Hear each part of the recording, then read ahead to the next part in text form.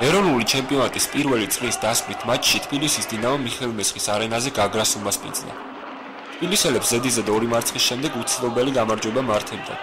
ყველაზე დასამახსოვრებელი ეპიზოდი სტადიონზე შეკრებილმა მცირერიცხოვანმა პუბლიკამ მე-40 წუთზე იხილა. მარჯვენა ფლანგიდან საჯარიმოში ალვაროს მიერ ჩაწოდებული ბურთი მეკარე კოკასეფიაშვილმა ნახტომში მოიგერია. თუმცა იქვე აღმოჩნდა გიორგი კახელიშვილი, რომლის დარტყმულით მცირედით გადაცდა კარს.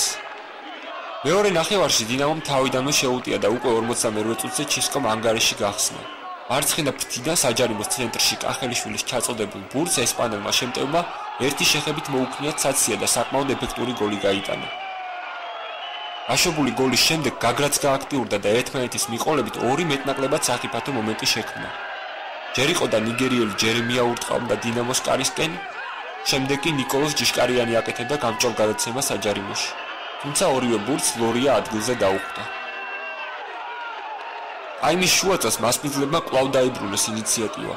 71 წუთზე ჩისკომ ძლიერად გაისროლა გაგრას კარისკენ. ცეფიაშვილმა კარგი რეაქცია გამოავლინა და ბურთი კუთხურზე მოიგერია, რომელსაც შემდეგ 11 მეტრიანი მოჰყვა. კუთხურიდან კარლეს კოტოს მოწოდებული ბურთი მიკოლა ნაკონეჩნის მოგერიებისას აეჭრა და ხელზე მოირტყა. ხვიჩა გაგნიძემ პენალტის ნიშნულისკენ მიუთითა, რომელიც კოტომ აუღელებლად შეასრულა. ამის შემდეგ სტუმრები მთლიანად გატყდნენ და 3-20 წუთში მესამე გოლიც მიიღეს.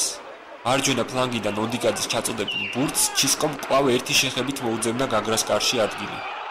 ესპანელმა ფორვარდმა ჩვენს ეროვნულ ჩემპიონატში მერვე გოლი მიითვალა საკუთარ ანგარიშზე, რითაც ბომბარდირთა დავაში დიმიტრი ტატანაშვილსა და ჯაბადვალს გაუთანაბრდა. 3-0 დინამომ დამაჯერებლად იმარჯვა და სატურნირო ცხრილში მეორე ადგილი დაიბრუნა.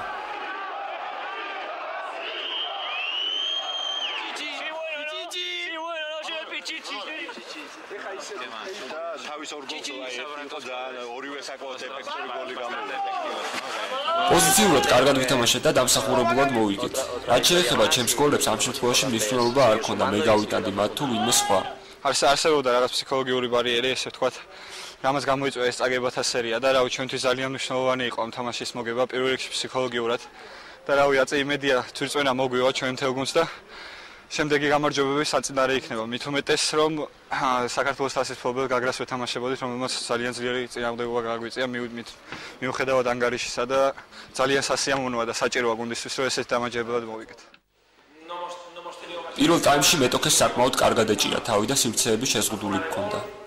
მეორე ნახევარში კი გაგრა გაიხსნა და ჩვენ საშუალება მოგვეცა რომ გაგვეტანა გოლები. შედეგი ალბათ სამართლიანია, მაგრამ მინდა აღვნიშნო, რომ გაგრა ტაქტიკურად ძალიან ძლიერი გუნდია. სამწუხაროდ წავაგეთ, მაგრამ ვფიქრობ, რომ ანგარიშით რა ვიმსახურებდით 3-0-ის წაგებას, მაგრამ ეს ფეხბურთია და ხდება. დინამო ბრწყინვალე გუნდია. ჩვენც ვფიქრობ, პირველ ტაიმში ბევრი რამე გამოგვივიდა, მეორე ტაიმში სამწუხაროდ დასაწყისში მივიღეთ გოლი და ამ გოლმა ძალიან იმოქმედა ბიჭებზე და თქვა შემდეგ ვერ გადავეწყვეთ სწრაფად, ვერ მოვედით უცებ თავის როგორც უნდა ყოფილიყო.